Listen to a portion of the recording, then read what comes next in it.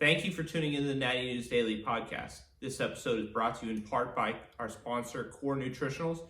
You can check out corenutritionals.com for all your supplement needs and use code Natty News Daily at checkout to save 20%. Enjoy the episode. All right, guys, welcome back to the latest episode of the Natty News Daily podcast. Dan and I are twinning today, and we are solo today. No guest, no Leroy. We booted him. Actually, he had some America. weird saying about like a dog, and I don't know. You'll have to DM him, ask him about this It might dog not be because, appropriate for this. yeah, I I wasn't can't. sure if it was a Canadian phrase or if it was like a I don't know if he said the slip of the phrase tongue or right like or. a Leroy thing. I don't know, but yeah, ask DM Leroy. Leroy asking what he does with his dog. And yeah, we'll leave it at that. Anyway, welcome back to the podcast, everybody.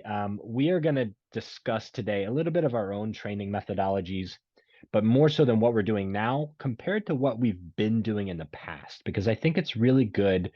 I wouldn't put myself as like an overly experienced bodybuilder, certainly not in like the competitive realms, but I've been lifting for a long period of time. And it's always good to kind of reflect back on myself. And I feel like other people can learn from just how we've changed as the literature has changed, how our understanding of things has changed, and even how our lives have changed, right? Because myself now, I know very specifically compared to even a year ago, very much compared to 2017 when I was a grad student, my life has changed a lot, right? So my training's had to change a lot to adapt with that as well. So I'm going to kick it over to you, Dan.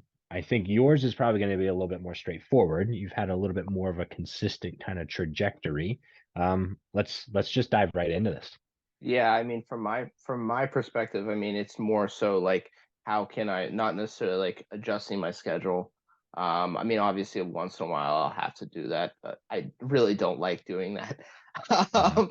Mhm. It's more, which mostly is just like I have to train in the evening because I'm traveling for work or whatever, which I still don't like doing, but I, Mhm. I still, yeah, do it. But from my perspective, I mean, it's mostly been like the changes that have been made have been like just refinements in methodology, different exercise selections, kind of biasing certain things over others, uh,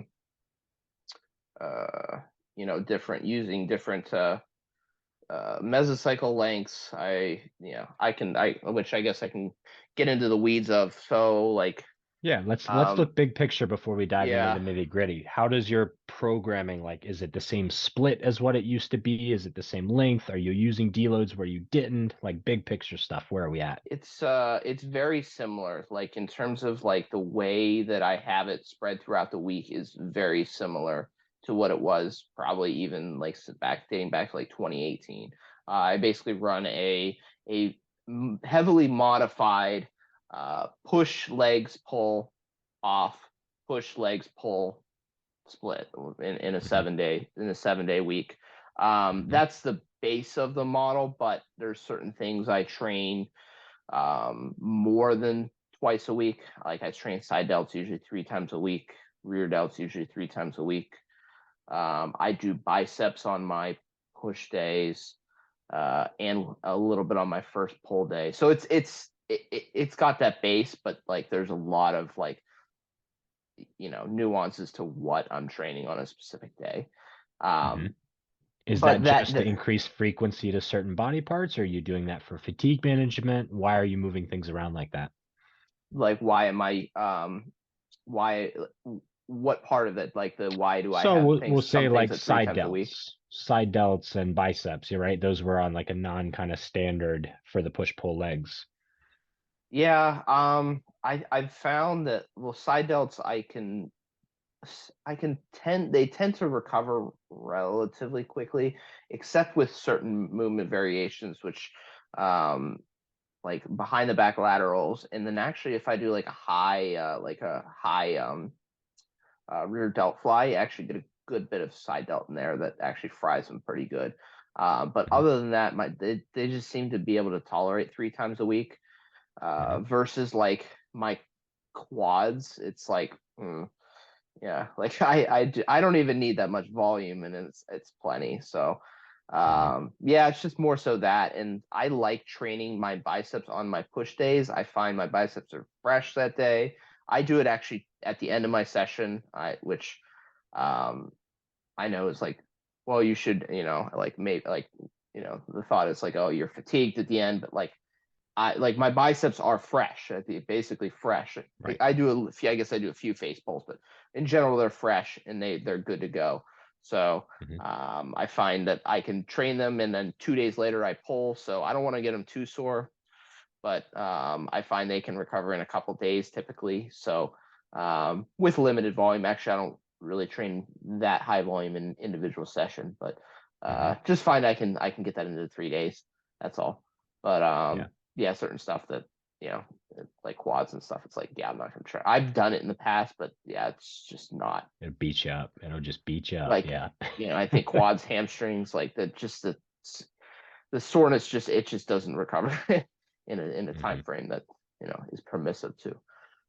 But Yeah. Unless you were to do some like pretty off the cuff type training for your quads, right? Like I'm thinking like BFR leg extensions, especially like a single leg where the load's super light. Maybe you could yeah, add that in as like a third frequency if you're doing an upper lower and yeah. then like tack on them somewhere. But yeah, they can take a lot of damage. So yeah, Yeah, I and would that's certainly. actually a consideration I have whenever I am plugging movements. Like I think about like my leg session. So like obviously my with a 7 day week, one of those days I'm gonna have one less day to recover, right?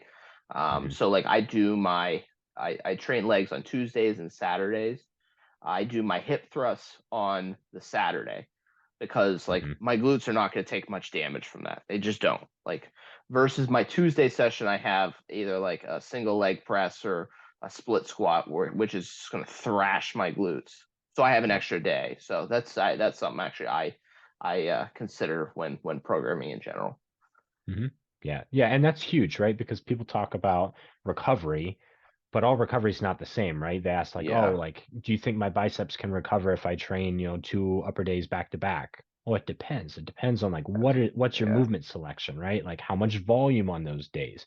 Because I program sometimes I'll tell people like if we're doing an upper lower 4 days, which is typically what I program the most for just my gen pop clients, if I throw in 3 sets of cable lateral or dumbbell lateral at the end of your leg day, and then you hit your upper day the next day, you're going to be okay, right? Like 3 sets is not going to kill you of something that's a small muscle. But if we said we're going to do 3 sets of deadlift at a 3 to 5 rep range, and then you got to go hit lower the next day, yeah.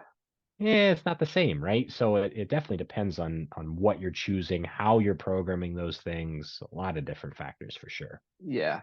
There's a lot of factors. So yeah, there's a lot of things to consider with that. It's not just like how many sets too. It's like what hmm movements are using with those sets. hmm But yeah, you mentioned or you asked about like mesocycle length. hmm I'm actually running much longer mesocycles than I used to. I historically had run like a 4 week then deload um, sequence, but which I think is like kind of popular in like the evidence-based paradigm or in evidence-based sphere is like 4 weeks deload or 5 weeks deload. Or at least it was maybe a I feel like few more years so you're seeing back. like 6 now is what people are saying, and I don't know I if they're saying yeah, like five and deload is the sixth, or they're running six and the seventh is the deload. Yeah. yeah, but I'm up to the point where like I'm running mesocycles that are like 7 weeks long, so 7 weeks and then deload. hmm Um, Spending a little bit more time at like the 0 to 2 RAR versus like previously hmm I was like spending kind of equal amounts of time from like 4 to 0 or 4 to 0 to 1 hmm versus now I'm like my first week is like actually I'm in my first week now. First week I spend at 3, then I go straight to 2, and then I go 1 to 2, and then I go Yep. 1, and then I go 0 to 1, and then I go 0. So like spending more biasing that time towards like 0 to 2, I'd hmm say RIR rather than Yep. like further away. So hmm um, Now, with less are aggressive volume jumps too from week to week. So that's also worth noting. right, right, absolutely. You're not tacking like 4 sets of quads on every single week. It's maybe one. Now, do you Yeah, have a normal like a linear progression of volume, or do you kind of taper it and change it kind of auto-regulated I style? sort of auto regulate it. Like I start the first week very conservatively, like I'm trying to think. I think all of my movements are 1 or 2 sets in my first week. Like, I mean, I do use like different, variations. Like, I'm not just using one bicep curl, like I use two. But like in like my yesterday's session, like I had 2 curl variations. Um, one an easy bar curl, and then one a lengthened like cable hammer curl. Yep. I did 1 set of each. That's it. Start with Mhm. one. So I start the mesocycle off like really, really conservative. Like, I just don't want to overshoot what I can Mhm. recover from, and then build up from there. So yeah, like I'm not So using if you're doing a like a 2 day or a 2 times frequency for the biceps, you're thinking like 4 sets to start off the mesocycle is really probably what you're doing. Yeah, well, I have it 3 times a week, so it's a Okay. little bit more, but yeah, essentially, yeah. Yeah. But that Yeah. that principle, but I apply this similar to like legs too. Like today, I did Hmm. 2 sets of leg press, 1 set of squat, and then 1 set of a lengthened leg extension. So like 2 of those movements, literally just 1 set. Yeah. Which probably is a little bit of an undershoot, but I'd rather be a little conservative on the front end, especially when introducing new movements. Hmm. Um, but that's kind of what. But I can always build it up from there. So it's like I know Yeah. I can, Yeah. and I kind of have an idea of what I can recover from at this point in time. Yeah. Um, And that's a good point for lifters that are starting to think about using like volume as a progression scheme, right? Instead of just load or intensity, because you can't start at 15 sets if you yeah, intend to you do a 6 to 8 week mesocycle, because otherwise you're going to be doing those like 40 set programs and that's going to just destroy you if it's yeah, adequate intensity for that volume.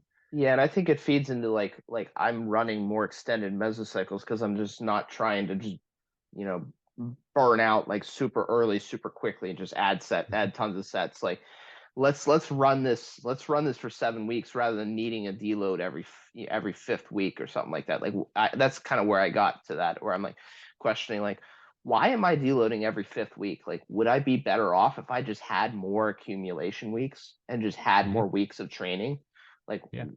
Yeah. why am I spending 20% of my time deloading Yeah, when I yeah. can I do? think people need to view it like they view their nutrition, right? Like I think most people are in a consensus now. If you're really trying to grow and optimize your hypertrophy, you want to spend as much amount of time in a surplus as possible, which means that surplus Yeah, probably has to be a smaller surplus, right? Reduce the rate of gain to make it a longer period of time. So we're not constantly, I'm bulking for 6 weeks, I'm cutting for 4. I'm bulking yeah, for 6, I'm cutting for 2, right? Because then you're spinning your wheels. Same thing with training, right? yeah, Like if you exactly. have to deload every fourth week, you might want to think into like why? Like, am I Yeah, why? overdoing it? Because now, like you said, like you're wasting so much time deloading, and it's not Yeah, only the deload week. If you're altering your movement selection too, you probably have like a relearning week as well, right? Your loads aren't perfect the first week coming out of the deload. Kind of got to taper and figure out exactly what's going to work. And so then there's 2 weeks out of the mesocycle that are pretty well not wasted, but less optimal, right? yeah. So that's actually something that's it's unique for me, is like I tend to not detrain, actually don't detrain in terms of fitness very easily. So like my first week, I usually feel pretty much ready to go. Like, my Hmm. movements feel as they should. Granted, I'm usually using most of those movements during my deload, but like, the back half of my deload is basically just like get blood moving. That's it. Like, nothing Hmm. heavy, even remotely heavy. Hmm. But I don't. I personally don't really detrain that easily, but I know other people are the opposite. I know that some people are very sensitive, that once they deload, then like that first week is like getting their wheels back under them. So Hmm. I think Yeah. maybe I'm unique in that regard. I'm sure there's other people like me, but I tend to not, unless it's like super complex. Yeah. But Yeah. like a I think squat that's pattern, a probably little more, bit, but yeah, yeah, it's probably more valid if you're switching your exercise selection around a bunch, right? yeah, Like if you're going from like a high incline barbell press to a flat dumbbell press for your pressing, your main like compound pressing movement, it's going to take you a week to figure out, am I still as strong as I was the last time I did the dumbbells? Am I stronger? Did I overshoot? Did I undershoot? That kind of stuff. yeah. And for me, it can be a little bit of a feel thing, like with that, especially the more complex movements. So yeah, actually it's probably more so if I do rotate in a new movement, it's a little bit of a learning, like where, like how far can I take this sort of thing. Yeah. Um, And one point I wanted to come back to as well, because we're on the topic of like volume progression. You said you start out relatively low, you're adding sets. Is there a point in your programming where you say, I'm not going to add more sets to this movement? Do you find that there's a sweet spot where just you kind of like burn out in a certain movement? no, I don't. I kind of, I mean, I tend to cap myself at most movements. I don't run over 3 sets. I don't do Yeah. more than 3 sets. Most. There are exceptions. There are certain movements I'll take it up to 4, like mostly like wrist extensions, things like that. But a majority of stuff I'm running it up to 3. A lot of them just 2, or like 2 and a rest pause afterwards. Like, Yeah. yeah, I'm like, yeah, I mean, I'm not, I guess I am kind of sort of low key capping it, and I kind of know where I'm progressing towards. hmm But yeah, I don't see too much utility in progressing sets up to, like, I used to do it like 5 or 6 sets. It's like, hmm how high quality are those sets? And it's like, you know, is you know, is that worth I, it? Or could you be doing another movement instead of that, and yeah. instead of in breaking that up? Yeah. Or it's like, it's a question of like, is this such a shortened biased movement that it's like, why don't you just use a more lengthened biased movement and use less sets, right? Because it's like, hmm you could do dumbbell laterals till like I bleed, and my delts wouldn't be sore. But like, I got to be careful with like a behind the back lateral. Like if I do too many of those, like I start, I've done it where I've like started with, I think 2 or 3 sets. I think 2 sets, maybe. I think I started with 2 sets, and I had overlapping soreness. I'm like, shit, like 2 days later. So Yeah. Yeah. Yeah, I just bring it up yeah, because I remember seeing Jared post about his comparison. Jared Feather, right? He did his yeah, comparison of his physique and then discussed some of his training, or maybe it was a different post, but he discussed something about it was like 7 sets of a movement, and I was just like, oh God. Like psychologically, I can't lock in for that anymore. I don't think even like if I have to do a fourth, I'm not happy about it. And normally what yeah, I'm doing is I'm starting to add more like rest pause, myo reps, cluster sets, all that stuff. I'll do mainly 2 sets for most of my stuff, add a third towards the end of the mesocycle. And then if I feel like I can handle more volume, that's where I add the intensity techniques to add, just even more to my sessions. Cause yeah, I can't sit there and do 4 straight sets anymore. I don't know I mean, my time is tight, obviously, as well. That's a yeah, component of it, but just, yeah, half of it's up here, I'm sure. yeah. I mean, I can do it, and I will do it, but I just, for me, it's like, what am I getting out of this? Like, why am I doing this many sets? Like, hmm that's what it came down to for me. So yeah, most stuff I cap it, like most stuff ends up at like 2 or 3. So Yeah. yeah, that's the way I And approach how it. many how many would you say like per body part you're doing in a session towards the end of your mesocycles? Like what's the max you're working up towards? Like in terms of like a set per muscle group. Like yeah, like full body part. We'll even say like let's go for the week and not for the session because I know you're doing multiple like frequencies for different stuff. Yeah, so like for, like, say like a delt, like side delts or something, like Uh, how many direct sets like let's in a week. let's give an example of a large muscle group like the chest, back, quad, something like that, and then a smaller muscle group because I know those volumes can be dramatically different. Um, so actually, I disagree. I think I actually think that large and small muscle groups tend to respond somewhat similarly, but I think the smaller muscle groups often aren't trained in super lengthened positions. So I guess I have a little bit of a controversial opinion. Okay. Okay. But yeah, I mean, it for me it depends. Like my quads and stuff can handle. I'm trying to think how many sets I get up to. I mean, it depends how you split it, because it's um like in in my leg session A, like I'm leg pressing, then I'm leg pressing, squatting, and then doing a lengthened leg extension. But it's like for me, my leg extension is very hip dominant. So it's like, how many sets do I count that as for quads? Versus my squatting patterns are extremely quad dominant. Okay. So yeah, I mean, I guess it's a little tricky for me to fully quantify, but like I'd say somewhere in like I mean, by the end of a mesocycle, somewhere in the 8 to maybe 18 sets per muscle group, I Yeah. would say, or per muscle, That's I would say that's what I was somewhere thinking you were gonna in be. that Yeah. range. But like I said, it's really hard because, like, certain movements are maybe a little bit more of one muscle than the other. Or like I said, more, I alluded to earlier, like more shortened bias. Like a leg extension isn't going to thrash my quads. An upright leg extension, that is Yeah. not going to thrash my quads like a squat is. So Yeah. yeah, I used to kind of really look at like how many sets I was allocating towards a specific muscle within a given week. But for me, that data just didn't really mean much. I just know where I can add. It's like, okay, my quads handled this session relatively well. I could probably add a set of this, or like maybe I can add a rest pause here, like that sort of thing. Yeah. It's more of a yeah, it doesn't get into the weeds of like, oh, I'm doing 10 sets, I need to get up to 12. Like it's more like, Right. okay, can my quads handle a little bit more, like that Yeah. sort of thing. And I would say that your programming mesocycle to mesocycle is probably so similar that those Yes. goalposts aren't moving that much, right? Like Yes. I actually had this conversation. I think this is a good point too.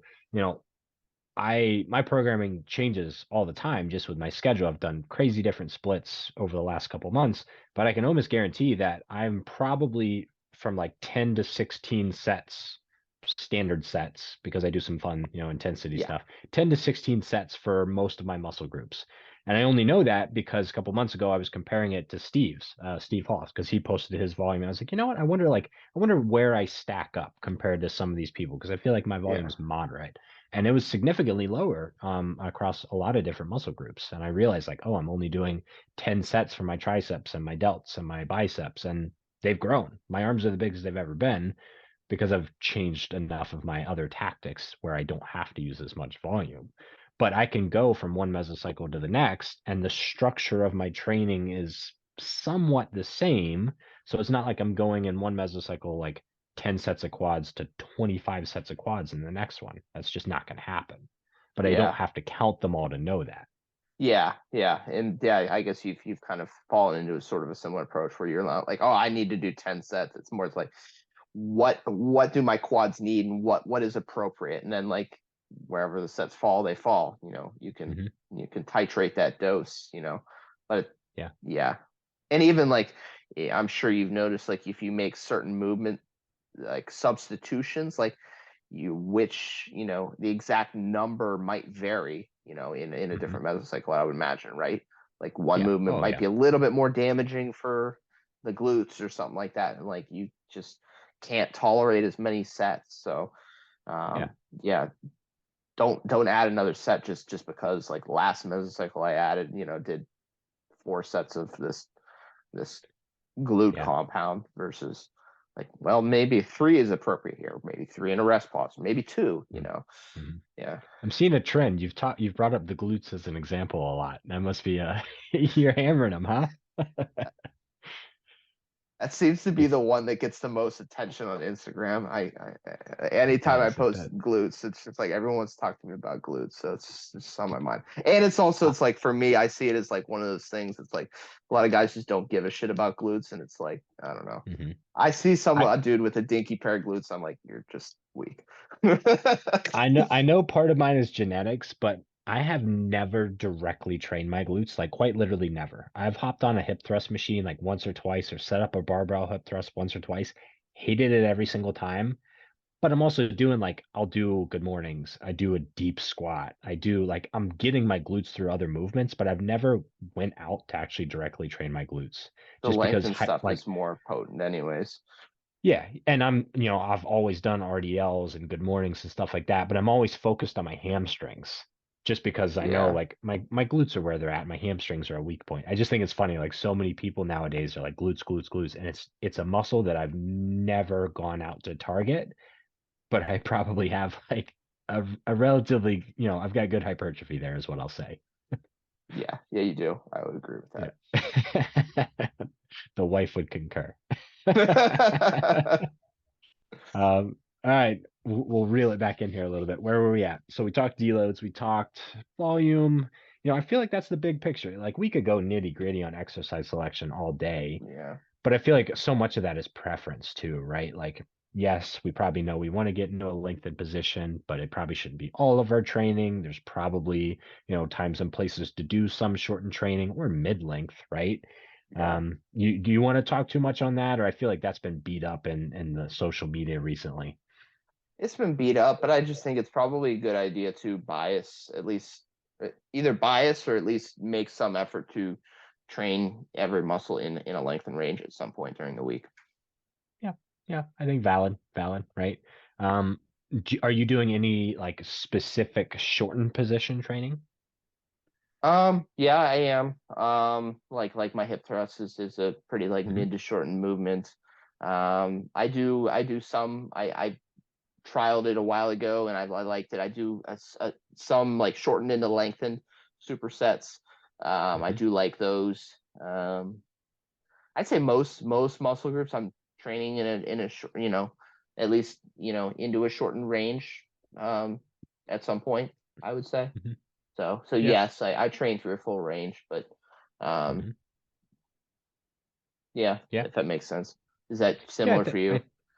Yeah. I mean, there's no movement that I'm not gonna do just because, oh, it's not in a lengthened position. Like, if we're looking at bicep training, right? Like if you only looked at, oh, I need to get in a lengthened position, you're only going to be doing like low cable behind the back curls or incline curls. I love a preacher curl. I love, just a regular barbell curl, right? They're not technically lengthened position, but Yeah. it's something that I can easily load, track, and progress, and it feels good for me, right? Especially just a standard barbell curl. Just from being in a fully supinated grip and going through like the available range of motion that it allows, I get a crazy pump from that. I don't even have to get into a lengthened position to get that contraction. Yeah, and I mean, like, it is something you have to be a little cautious about using like pump as your pure metric, Yeah.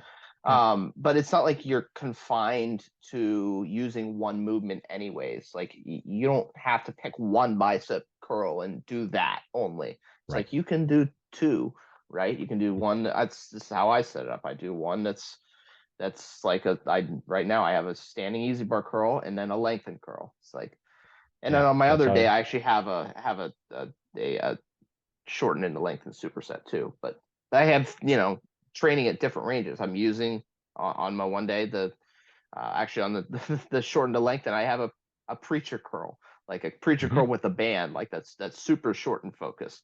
Yep. But yeah, that's the kind of way I look at it. Yeah. Yeah. Yeah. So this is only related because I know we have similar philosophies and we both like to make things hurt a little bit. How much of Yeah. that do you put in your training just because you enjoy it, right? I'm thinking of like my giant sets I do or the mechanical drop sets I do, the myo reps. How much of that is less even just like science evidence based and more just because it feels good to challenge yourself in that way, right? Like you're the one that introduced me to the seated lateral raise into upright row, and that was fantastic for I think I ran that for like Yeah. 3 mesocycles. Um, a little less so. I like my stuff to kind of make sense. Like I Hmm. like I said, I do a lot of like these shortened to lengthened the supersets that um I think just makes sense to sequence it that way. So I guess more of my stuff is like that, which Hmm. are just painful as shit. I for me it's like it matters more for me like is this productive or not?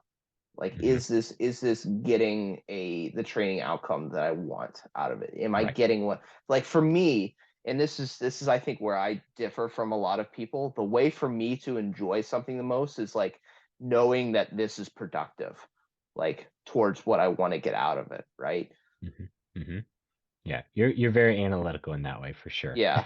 Like if something was just thrown it for me, like if something was just thrown in there because it's fun, but like no super logical reason. I mean, the painful shit can have logical reasons, and a lot of it does. But like, I don't know. For me, I just wouldn't. I'd be like, why am I doing this? I could allocate my efforts towards something that's productive, and that's just kind of the way Yeah. I see things. Like I don't Yeah. do like I like every movement I do is like, what is the intent of this? Right. I mean, Mhm. like there are certain things I enjoy and stuff like that, but yeah, my primary driver of enjoyment is this productive. You're selling yourself really well. It's the No, truth. it's a valid point. It is a valid point, right? You don't want to like what's the saying? What am I looking for? Like effort for the sake of effort is really not Yeah. beneficial for bodybuilding, right? Like I'm not doing burpees and kettlebell swings and Yeah. like that stuff where like hamstring curls on a Bosu ball. Like, yeah, that stuff like it may be challenging, but it's really probably not hypertrophic. I guess the ones that I'm thinking of are like some of those like crazy mechanical drop sets or supersets, which are founded in some sort of logic anyway. But yeah, I feel like I tend to add something like that in just because I would get so bored if I just went in and did like 12 straight sets of my normal movements and then got out. Like, yeah, Yeah. probably got like a good stimulus, probably going to grow from that, but I feel like I need to find some sort of like real challenge. Even though if you watch my training, I'm not just floating through. Like every single one of my sets is Yeah. challenging. Like I'm grinding myself to dust, but I got to have something where it's like this is going to hurt and I'm excited about it. Like, So we get cut off here, but James was just laughing maniacally about enjoying pain and doing yeah, things yeah, that he's like, I enjoy pain. yeah. Which actually you can see it's now a while ago, but do you remember the BFR belt squat video? That was one where like I had to watch, was like, there's something wrong in my head because that hurt and that was not intentional. Like that wasn't for the camera. Like I started laughing mid-set because how bad it was just like blowing my quads up. And it was just, that And was having interesting. trained delts with you, I saw it whenever you went into the upright rows, and I'm just like, he's enjoying this. This is Yeah. madness. This is just I there's I something can go wrong to with a this.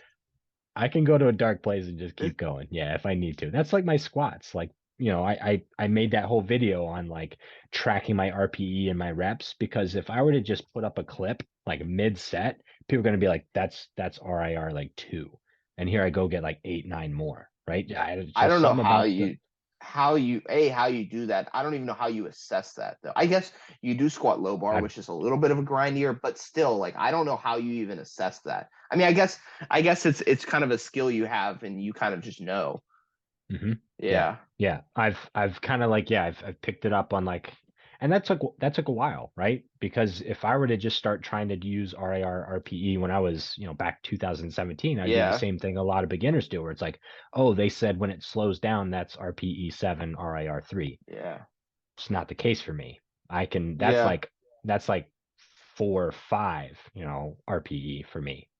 Do you have any movements that just die on you, or no? Less so now. My pressing still to some degree. Like I'm much more cautious when I'm pressing. And not Yeah, even from like a safety point of view. Like I'm still pretty smart about that. I've got safety set up, or if it's yeah, incline, I can just dump it on myself. But I'll know where like a squat, I could take 5 more. On a press, it's gonna be like 2. yeah, So yeah, that for yeah. sure. The back I'm pretty good with. The legs I'm pretty good with. Biceps, triceps, like I can grind those. I can grind curls for forever, just like the Biceps, squats. it can go from like looking like a 0, and I'm like, yeah, I have like 4 more. Yeah, yeah, yeah. But yeah, mainly it's the pressing. My pressing Prop. is the one probably that gives the most, which you know because I've seen you pin yourself a couple times. Yeah, it's gone from like, oh, it's moving well, to like I'm like guillotining myself. yeah. I've done that too many times. Yeah. And it's normally, if you watch my videos, you'll see we'll do the squat and the like a dumbbell bench as a comparison. When you Yeah. see me have to take that pause and like collect myself with a squat, I can do 5, 6, 7 more depending on what the load is and how I'm feeling. If I have to pause on like the dumbbell bench to kind of like regather myself, it's like 2 max, maybe 1. Yeah. Do you have a high level, like, I think of a squat as just very different than all the other movements. Do you have a high degree of confidence when you descend into those? Yeah. Yeah, there's not many where, if I go for the rep, I'm gonna get it Yeah. 90% of the time. I can't tell you, I think in the last year I've failed 1 rep of squat, Are like you pretty total. confident in bailing or? Oh yeah, yeah. Oh, if you Yeah. look, like those safeties for my height, like I'm a half an inch above the safeties when I'm Yeah. squatting. And when I even in a full pause, like if I were to dump it, it's not going anywhere. And half the time I have to end up lowering the safeties if I'm really getting good range of motion that day because I'm hitting off of them and they're low. Yeah. Yeah. See, I guess I have a little bit more of a fear of death. Where I'm like, I talk myself into questionable reps, and it's like, oh boy, this. Yeah. I think this is gonna go up, but like I don't know. And I've had to Yeah. ditch a few, and I've had some ugly ditches, and Well, with the squat, if you don't panic and you just allow yourself to go back down into the hole, like I'm comfortable in the hole. I can sit with a bar on my back, full, knee flexion, hip flexion, ankle dorsiflexion, and be relatively comfortable. So if that's where I end up, okay, now I just kind of allow my back to round a little bit and boom, now I'm on the safeties and I'm good, right? I don't yeah. ever, even if I'm halfway up, I'm not going to panic and throw the bar. Just calmly come back down, right? Gravity's going to help you. Yeah, I don't know. Maybe I need to develop that skill a little bit more. You I panic. You just, hit the oh I shit just, button. I just feel like 300 something pounds on my back, and I'm like, oh Jesus, this needs to be well, because I also have a tendency to like just fight it and get into like Mhm. bad positions too, which Yeah, again has gone awry for me. If anyone yeah, knows yeah. I that, don't allow that to happen with the squat. That's one like I'll fight and grind, but I'm not going to compromise my form because I know what's going to come if that happens for sure. yeah, yeah. But it's I mean in general a different animal, but I've always admired your ability to just like stay composed and like yeah look like yeah like if I fail this like whatever, where I'm like I don't fuck I do not want to ditch this. There's been a couple, mainly like the incline barbell press, where it's like, oh, I'm dead now. This is not good. Like, like I have to get this rep or Yeah, I'm in trouble. And sometimes like that's why I get the rep because it's like you cannot let this come you down. Like cannot let this this. is you're in a garage by yourself. Your wife won't hear you. Like you're done if you don't get this rep. I think that's how I feel in my squat. Okay. There Like you even go. though I have Similar. the safeties there, it's like if I don't do not want to have to ditch this though. But if Yeah. I versus my Yeah. presses, I have the safeties up, which is not fun because I have to like either like, get it close to my neck, but like I'm a Mhm. little less panicky on my presses, Yeah. but I have those safeties. I need to start doing my incline pressing in my squat rack so I can adjust those Yeah, safeties because that other bench I have doesn't have any other safeties. So that's where I've gotten in trouble a couple times. yeah, yeah. That makes sense. I saw Yeah. Bells of Steel actually makes a maybe you could look into it. I just saw it today, a bench with a leg extension leg curl set up like a movable bench. There's a local fabricator that makes a really, really good plate loaded, like wide pad leg extension prone leg curl, and also does some seal row benches. I want to talk to them at some Yeah. point and create like a custom, like seal row, lying leg extension, seated leg extension, prone leg curl combo, and just have it custom made because man, that'd be nice to have. Yeah, that would be super nice. Oh yeah. Yeah, yeah, yeah. But yeah, Yeah, I just thought about that because yeah, you like that, yeah, that bench with the leg extension, leg curl. So it's just what I've had, right? If I came across like a good selectorized leg extension, I'd probably sell that bench because I can do everything I need in a squat rack if I just adjust everything. But I just don't want to spend the money. And I that was one of the first yeah, purchases that I had actually. That's one of the last things that was in the first gym that I bought out yeah, that I still have. yeah. I was using the like a gold like a cheap Gold's gym with like the plate loaded until I finally found that that leg extension leg curl, which I bought from my who I'm not friends with, Brian, down in Virginia. My brother and I made the trip, but yeah, the if you can get a leg curl leg extension combo though, that would be Yeah. the Well, yours is nice too because it's the lying leg curl into a leg extension, right? Like a yeah. lot of them, you see the seated leg curl leg extension combo, and I have a cable Hmm. seated leg curl. So if I could find one of yours, that'd be beautiful. Because I would kind of like I'd have machine version of both. Yeah, if I ever see it, I will ping you. Definitely let me But know. those Yes. unfortunately don't pop up too often, just because it's not like a commonly like it's not a really a commercial piece. It's more of like a home gym type piece because it's a dual unit. Hmm. So there's just not that many out there. But yeah, fortunately, I was able to find one. It took me like a year and a half or so, like of like actively looking to finally locate one, and I had to drive Hmm. whatever 5 hours for it, 4 hours for it. Yeah, But worth it. anyways, yeah, it Now we're was talking very home worth gyms. it was very worth it. But is there anything else before we wrap up here that you've done changed in the last five Oh, years in terms of methodology? Any big hit items that we didn't cover, didn't talk about? I feel like everything, right? Like my training has changed dramatically. And here's the Spark Notes version. When I first started out, it was all I was super bro, super minimalist. All I need is dumbbells and barbells, and everything's going to be barbell row, dumbbell row, barbell bench, squat, deadlift. That's it, right? I Yeah, don't need cables. I don't need machines. Obviously, started using more of those because I needed more volume, wanted a few different exercises and like the stretch and all that fun stuff.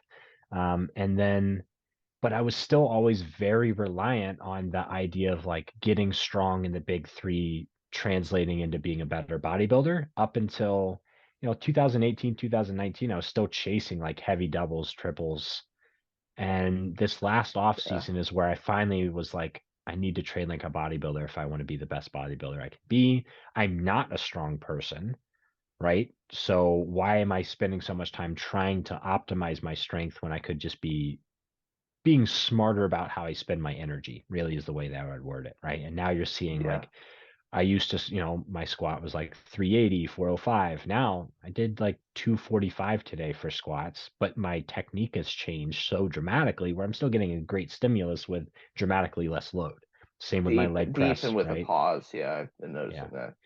Deep with a pause, and the pause is in the lengthened, not really stopping at the top, right? Because that's a tricky way that people can like progress but not really progress, right? If you're taking longer and longer pauses when you're standing up, specifically for a squat or like a leg press hack squat, when you're not under load, you can get 3, 4, 5 more reps, but it's not really a standard progression in my mind, right? I'm trying to Yeah, standardize as much as possible.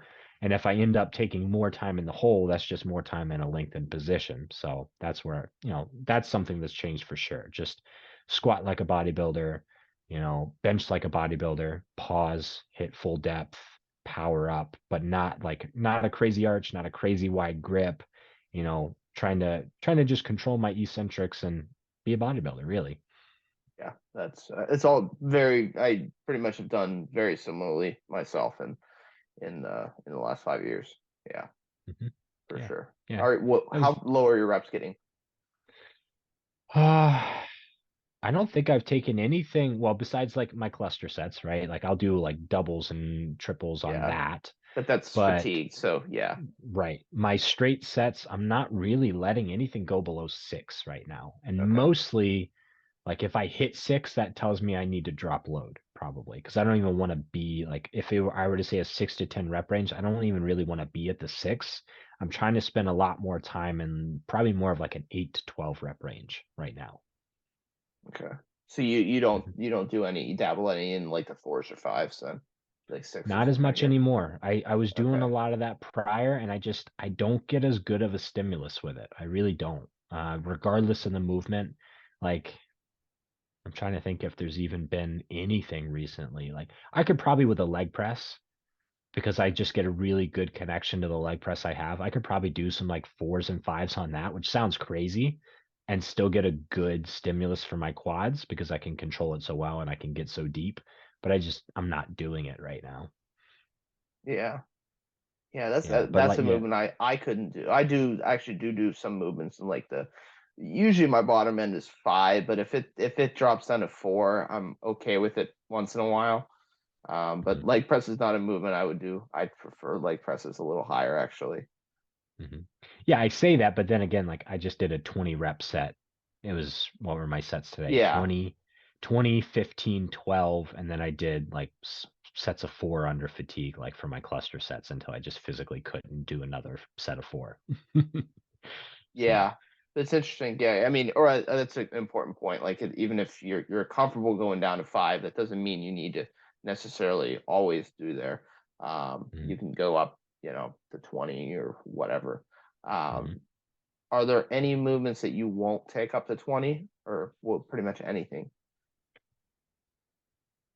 Yeah, I would say like so I'm doing those block pulls, like the stiff leg Yeah, deadlift variation. That I'm very cautious about. I don't want to go yeah, overly fatigued on that. So I'm not hitting doubles and triples of that, but I'm also not going, yeah. with that one it's like 6, 7, 8. And if I get out of Okay, that, then I'm like, let's change yeah. something. That's an important point. I guess my Yeah. question was more so like outside of like movements that require like a high degree of bracing or breathing ability. Are there any movements that are I you just don't go don't up to take won't high. just won't? I have some myself typically, but Um I feel like again on my pressing, like I did a high rep incline barbell set recently, but like for a lot of my flat pressing, I feel like I'm just going to get so fatigued just systemically if I do high rep pressing. Maybe because I'm weak, maybe because, I start to lose the control because they don't have that great connection with it. So I stay moderate with that a little bit more, but I wouldn't say never, right? Like there might be a time where I just want to empty the tank and or just program some higher rep pressing. But no, it just doesn't tend to happen too much. I still kind of fall back to that 8 to 12 or 8 to 15 rep range for a lot of movements. yeah, that's interesting. Yeah, and pressing is actually something I don't tend to get over 15 very often. But Mhm. some of my other chest work will. Yeah, so that's interesting you point that out. You find your do you ever find I find this really strongly with like back movements. Do you ever find like it's almost like the joints get tired before the musculature? I think I know what you're saying, and yes. So like machine That's the fly, best for way I can instance. describe it. Yeah, yeah, I know what you're trying to say. There was a period of time where I was doing probably like 2 pressing movements and then going to a machine fly when I was using a commercial gym. And I was programmed like 12. I did a larger rep range. It was like 12 to 20. And I just could not get more than 15 reps on a machine fly because I was just so fatigued. And I could increase weight and I just, I could increase weight, decrease weight, it didn't matter. I just got so fatigued in the muscle just from that amount of stretch and range of motion. I just, it didn't make sense really. So I actually increase load and decrease the rep range, and then I could actually burn myself out, trying to hit the top end of the rep range. So it was almost like this rep range isn't working for this movement, and let's just decrease it. Yeah. Yeah. Okay. Yeah. Yeah. Odd, right? And those are the things you find like when you're consistent and like really know your body, where I just know if I try and do really high rep stuff on chest, I'm gonna burn out, but still it's kind of like I'm fatigued, but I'm not fatigued, right? Like I could stop that Yeah. set and then come right back and hit another set, but I won't be able to get more than some, that threshold for some reason. Okay. Yeah. Okay. I mean, I think I get a little bit of a different effect, but yeah, like for me, I noticed like in my back training, like let's just say like if I'm doing like a vertical pull, especially a vertical pull or like a high lat row, doing sets over like 15 or reps over 15 is just tends to just be dog shit. Drop sets like completely useless, like completely useless. Like I Okay. literally do a drop. I've done it, and I do like rest pauses. I like rest pauses. But that's my preferred intensity technique. But I've done like a drop set of a lat movement, and it's like I don't even feel this in my lat. Like my shoulder joint is just tired, and it's like I feel like I'm not doing anything. Like I feel like I'm Hmm. just moving. Hmm. I don't have that really with anything else other than or at least to that degree. Mhm. as I do with like my back, especially my lats and my like vertical pullers. But that's Okay. one thing. Like I literally have done drop sets, and I'm like, why am I doing this? This is literally doing nothing. Mhm.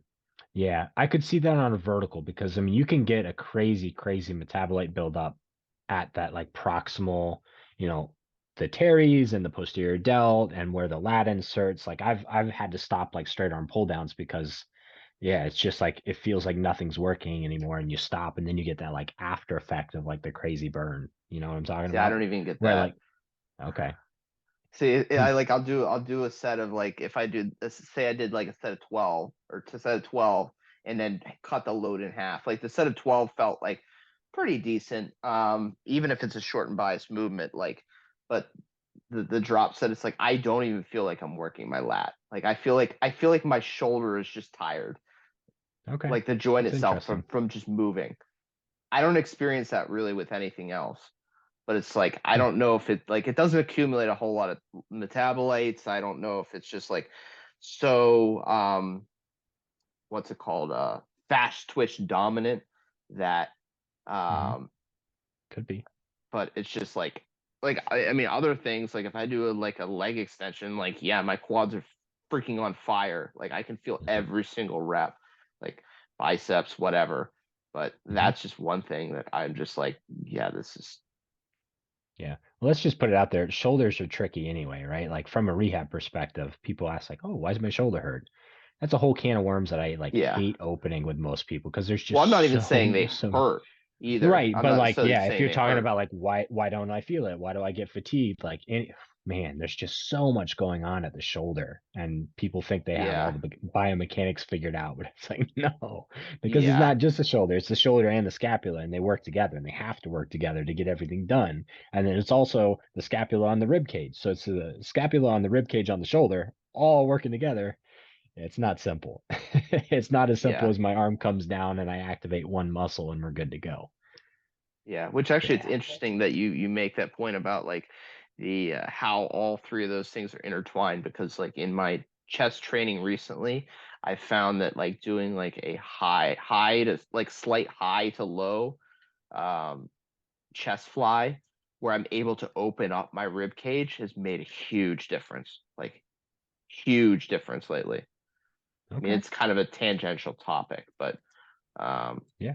that ability to open it up at at that bottom stretch position has just been Hmm. like a game Yeah. changer for me. Like I Yeah. Yeah. legitimately Yeah. feel like it's going to be extremely impactful, which I Yeah. haven't really experienced that for a while with training, where I'm like, wow, this is actually. But Yeah. Well, that's how I felt when I started doing like the really deep stretch, like cable press and those like the flies that I'm doing right now. Like I feel like my arms are like back behind, like pointing the other direction. I can get just such a crazy stretch around the rib cage now. yeah, Um, yeah, it looks because like you're opening up a good bit on yeah, those. yeah, and it's because my shoulders are finally healthy, right? If I tried doing that a couple years ago, I had so many shoulder issues for so long, there was no chance I would have done that. I would have just blown up. But yeah, I've been, knock on wood, pretty healthy for the last off season, and it's showing in That's my good. training because I can actually do some fun stuff and challenge myself in different ways. So Do you think it has a lot to do with the fact that you changed your training and it's more intentional and mhm. all those sorts of things? Because I've been asked like um how like by some people like how do you feel? Do you feel hurt all the time? It's like not really. Like I Yeah. really don't. Yeah, I feel like when you start to control the load, control the eccentric, expose your joints and the tissues and tendons and, supportive structures to lengthen positions under load for longer periods of time, your body's just more resilient rather than relying on momentum and like potential energy, like and like springing out of movements, Yeah. right? Like there's no control there. So there's higher chance of failure, really. So sorry, I've got an angry baby. Uh-oh. Uh-oh. I think we're probably running low on time anyways. So we've been Yeah. rambling for Yes, like yes. over an hour. So if you're still with us here and are just our random rambling at this point, then we Yeah, appreciate you. But Dan and I could do this all night, but I know you guys won't listen all night. We may cut this into 2 episodes, who knows?